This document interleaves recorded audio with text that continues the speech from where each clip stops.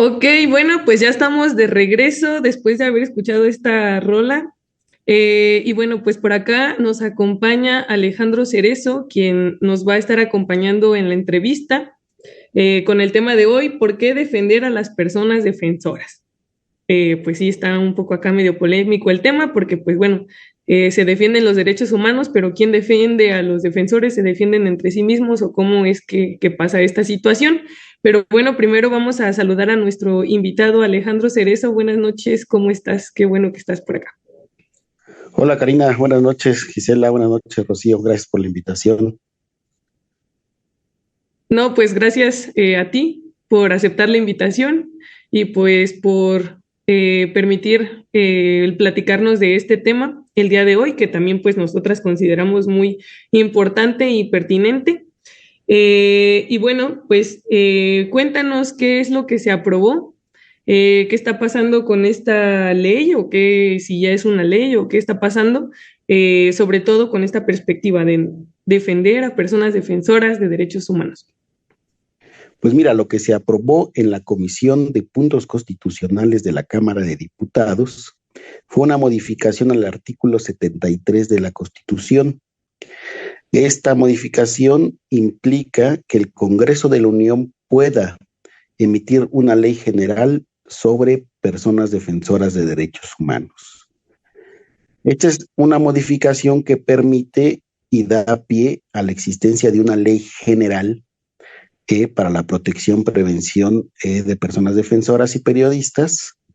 Y hay que recordar que una ley general es aquella que rige sobre la federación, es decir, sobre el Ejecutivo Federal, sobre los estados, los ejecutivos estatales y los municipios, es decir, rige bajo los tres órdenes de gobierno. Actualmente lo que existe es una ley federal que únicamente obliga a la federación a brindarles medidas de prevención, protección a personas defensoras y periodistas, que por cierto nunca brinda las primeras, que son las de prevención, ni las preventivas, sino está más dedicado a la protección que a la prevención. Entonces, eso se modificó, el artículo 73 de nuestra Constitución, para que se pudiera emitir una ley general sobre el tema de personas defensoras de derechos humanos. Muchas gracias, Alejandro. Pero, ¿qué es lo que se modifica del artículo 73? Es decir, ¿qué antecedentes existían en este artículo que se mira en la necesidad de ser modificado? Pues mira, hay una visión muy restrictiva del derecho en el Congreso de la Unión y no les basta con que haya habido una reforma en materia de derechos humanos en la Constitución política, sino tiene que decir explícitamente que el Congreso puede legislar sobre ciertos temas. Entonces tuvieron el antecedente más próximo es la modificación que hicieron para que existiera la Ley General contra la Desaparición Forzada. Entonces tuvieron que modificar el 73 para poder emitir una ley general contra la desaparición forzada de personas. Y bueno, esta modificación del 73 es algo que venimos pugnando una serie de organizaciones, cientos de organizaciones en la República Nacional, tanto de personas defensoras como de periodistas, aproximadamente desde el año 2012, que la idea era que la actual ley federal fuera una ley general, pero no hubo la coyuntura política ni la fuerza política de parte de nosotros, las organizaciones, para lograr una ley general y solo se logró una ley federal. Entonces, esta modificación al 73, pues ya es una idea vieja que celebramos que el gobierno actual, junto con el Congreso de la Unión, tanto legislativo como ejecutivo, le hayan tomado interés y viendo que no pueden solucionar la problemática contra personas defensoras y periodistas, pues hagan esta modificación pertinente. Ok, muchas gracias, Alejandro. Y bueno, pues ya como nos comentas, ¿no? Han sido 11 años de lucha y que pues a lo mejor se escucha como muy fácil pronunciar ese número, pero pues todo lo que implica estar en esa lucha y que seguramente son en el camino muchas violaciones a los derechos humanos, a quienes se paran, a quienes se manifiestan, a quienes de distintas formas buscan que eso se logre. Entonces, ¿por qué es buscar que se apruebe este o que se modifique este artículo? ¿Por qué será necesario que exista una ley que defienda a los defensores de derechos humanos? ¿Podrías compartirnos un poco de eso desde tu experiencia? Pues un poco lo que comentabas al inicio, ¿no? ¿Quién defiende a las personas que defienden derechos humanos? ¿No? Nosotros basamos bajo la definición de la ONU que toda persona que defiende un derecho es una persona defensora, ¿no? Entonces, en ese sentido, pues hay una gran variedad de personas defensoras y lo que queremos es que se vean plasmados en la ley general cuáles son los derechos de esas personas defensoras y personas periodistas, cuáles son las obligaciones explícitamente del Estado, la federación y los municipios respecto a esas dos poblaciones. Y no solamente eso, sino queremos también que estén los delitos que cometen los servidores públicos en contra de las personas defensoras y periodistas que al ejercer su derecho al defender derechos humanos o a la libertad de expresión, pues son cohibidos, son amenazados, hostigados, ejecutados, desaparecidos de manera forzada por parte de servidores públicos. Entonces queremos que esté explícito eso porque desgraciadamente en México, pues, si no está escrito en la ley, no existe, ¿no? Y luego, aunque existe en la ley, no lo cumplen. Entonces, bueno, entonces es como, bueno, por lo menos que existe en la ley y que esta ley general se convierta también en una herramienta que podamos exigir su cumplimiento a todas las personas defensoras y periodistas. Y más ahora que el fenómeno de la ejecución extrajudicial sigue dándose en este sexenio. El último informe del Comité IACUDE habla de 22 ejecutados extrajudicialmente el año pasado, y hay que saber que ese delito, esa violación grave de derechos humanos como ejecución extrajudicial, no existe en el Código Penal, ¿no? Así como no existía antes la desaparición forzada, ¿no? Entonces también nos enfrentamos a que este gobierno está invisibilizando también como gobiernos anteriores las violaciones de derechos humanos contra personas defensores y periodistas. Por eso es necesaria una ley general, ¿no? Que beneficie y que obligue a los tres órdenes de gobierno a cumplir sus obligaciones. Así es, Ale, y bueno, pues como ya nos compartes, ¿no? Y a lo mejor a quienes están escuchándonos ahora, pues eso, ¿no? Yo creo que a lo mejor, o bueno, no a lo mejor, sino que muchas de las leyes en este país nunca se han cumplido, pero a lo mejor en materia de derechos humanos, si bien no se va a cumplir para defender a los defensores de derechos humanos, creo que por lo menos se genera costo político y eso de alguna forma visibiliza la lucha y visibiliza la represión que tienen las personas que defienden los derechos humanos. Entonces, bueno, en esa misma sintonía, eh, ¿cómo ha sido el proceso para impulsar esta ley? Es decir, son 11 años de lucha, pero ¿qué ha pasado en todos esos 11 años para buscar que se apruebe esta ley, para buscar que se modifique este artículo, el artículo 73? Pues mira, ha pasado por diferentes perspectivas de las organizaciones impulsoras de que existan medidas de prevención y protección para personas defensoras. Y en el 2012 pasó un fenómeno muy bonito que fue la unidad en una coordinación de organizaciones que decidió ir por dos vías, por la de un decreto presidencial para que beneficiara a las personas defensoras y periodistas y por una creación de una ley federal. En ese momento queríamos una general, pero nos dieron una federal que nosotros encabezamos ese proceso.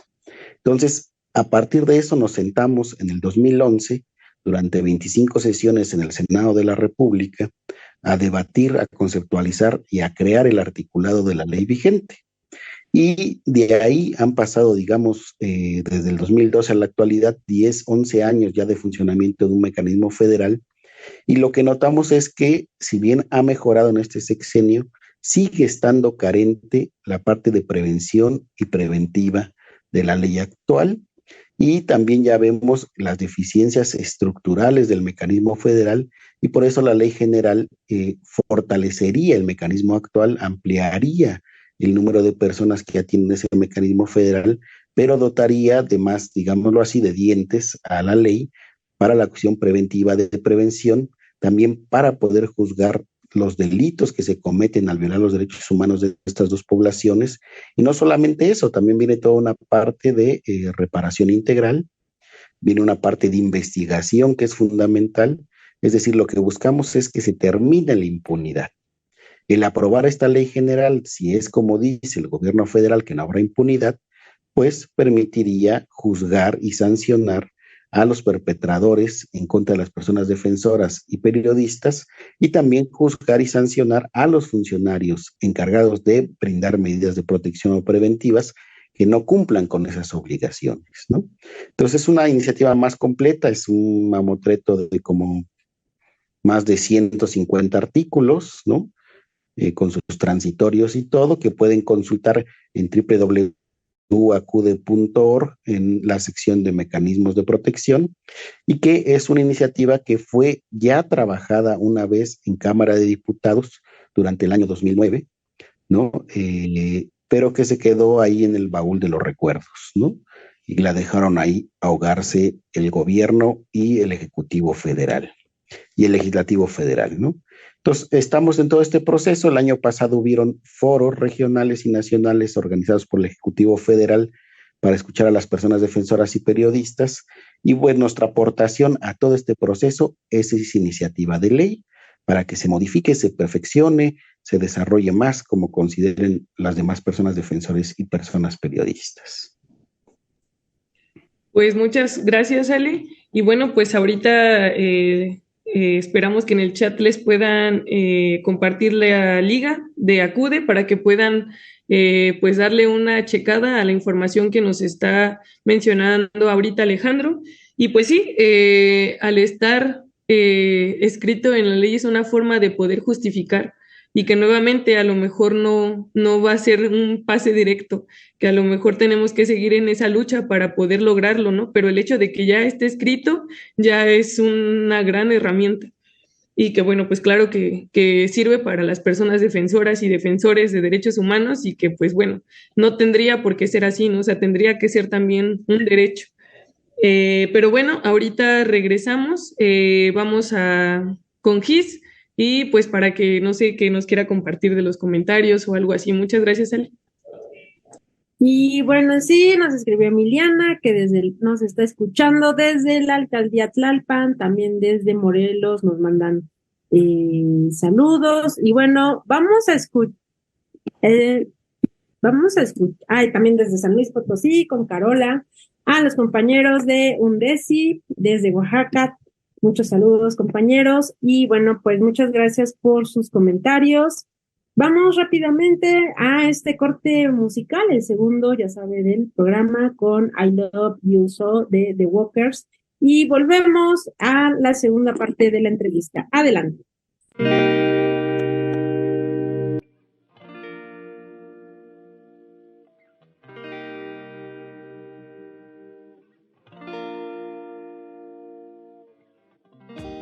I just need someone in my life to give it structure, to handle all the selfish ways I'd spend my time without her. You're everything I want, but I can't deal with all your lovers. You're saying I'm the one, but it's your actions that speak louder. Giving me love and you are down and need another. I've gotta get away and let you go. I've gotta get over. But I love you so.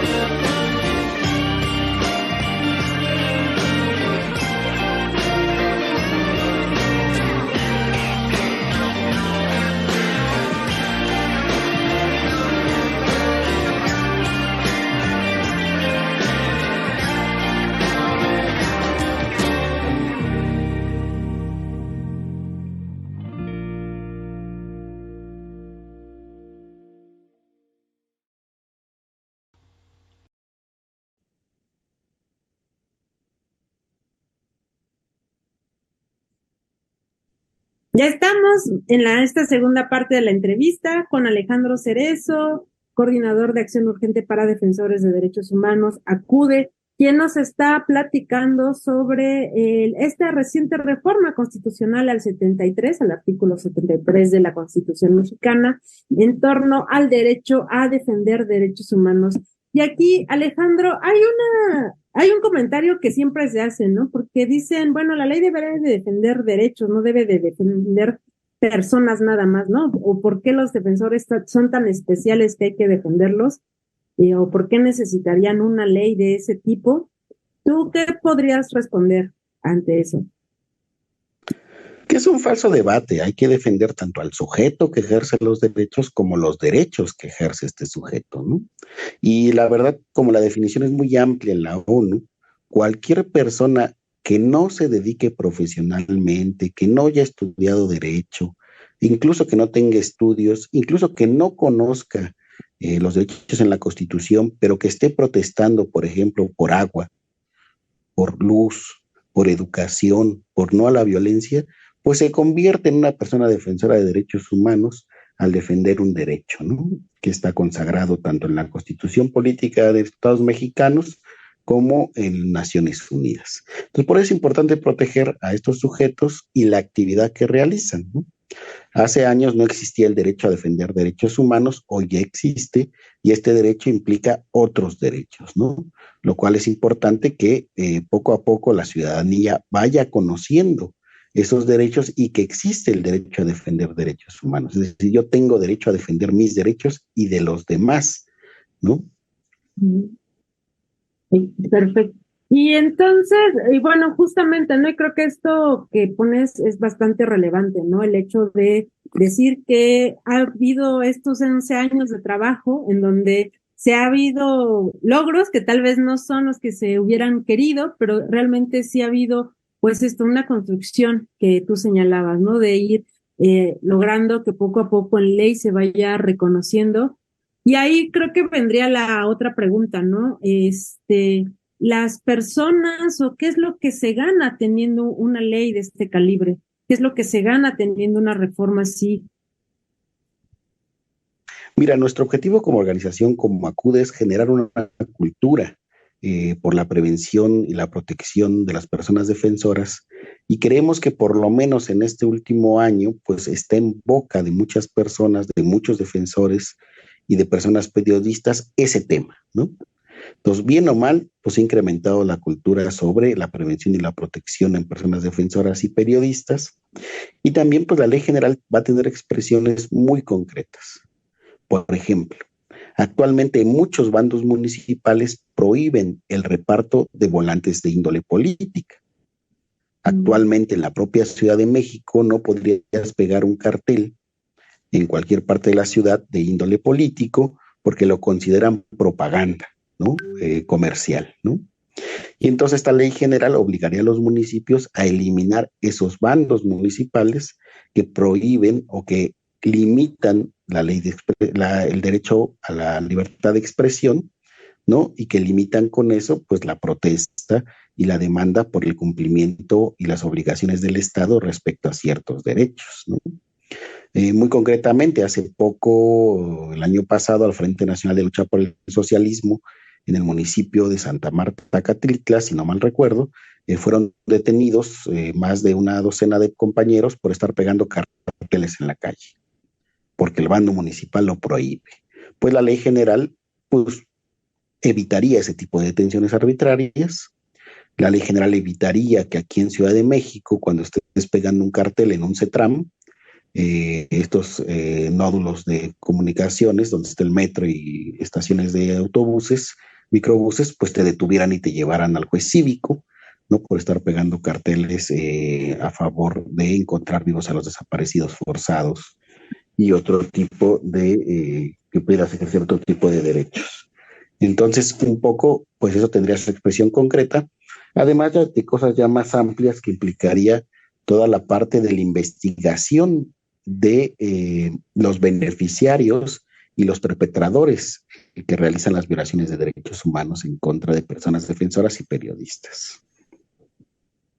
Y aquí viene otra pregunta que creo que ya habías explicado al principio, pero me gustaría detenernos, y es, ¿por qué estamos exigiendo una ley general si ya hay una ley federal, ¿no? Creo que también eso hace un poco de ruido porque mucha gente dice, bueno, si ya hay una ley federal, ya hay un mecanismo que bien o mal estaba funcionando, pero ¿por qué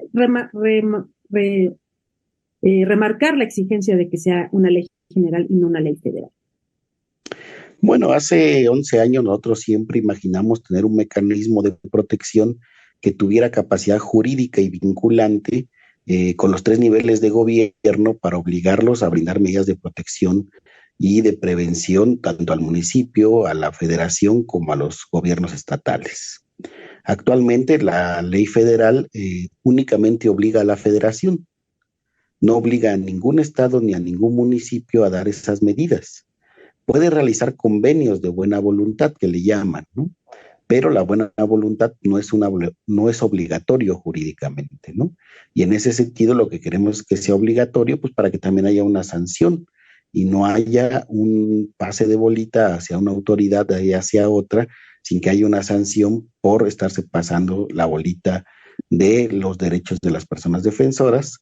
Y por eso queremos una ley general que rija en los 3 niveles, ¿no? El municipio, el estado y la federación. Y uno de los grandes temores de muchos defensores y periodistas es que se vaya un mecanismo local y entonces tengan ahí al mismo perpetrador enfrente de ellos, gritándole las medidas, pero la iniciativa de ley que nosotros construimos tiene la característica de que las personas defensoras y periodistas puedan elegir en qué mecanismo están, si están en el estatal o en el federal, ¿no? De tal manera que si los perpetradores son de naturaleza estatal, puedan irse a la federación para que crear un contrapeso, ¿no? Y viceversa, si los perpetradores son de índole federal, puedan irse al mecanismo estatal para crear ese contrapeso de poderes. Y también lo mismo pasa con la propuesta de fiscalías especializadas, tanto en los estados como una fiscalía general de la Federación dedicada a la investigación de violaciones de derechos humanos cometidas contra personas defensoras y personas periodistas. Y que además son escenarios que están pasando, ¿no? Y que, bueno, a mí también me llama mucho la atención de que señalan que no quieren los mecanismos locales porque no quieren estar con el perpetrador, pero bueno, o sea, si el perpetrador es Guardia Nacional, pues está dentro del mecanismo, ¿no? O sea, es parte de quien luego da medidas. O sea, al final del día es también un poco extraño, ¿no? Porque si es la federación la que te agrede, pues el mecanismo es federal, entonces como que ese argumento un poco se cae, ¿no? Cuando dicen que no quieren a las locales porque están los agresores ahí.